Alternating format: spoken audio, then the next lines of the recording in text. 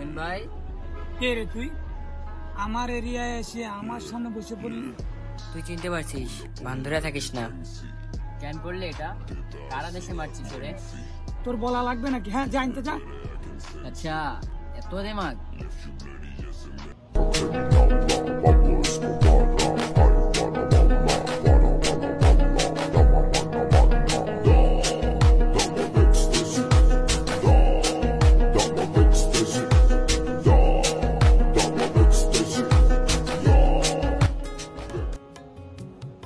প্রিয়, আজও তোমায় অনেক মিস করি।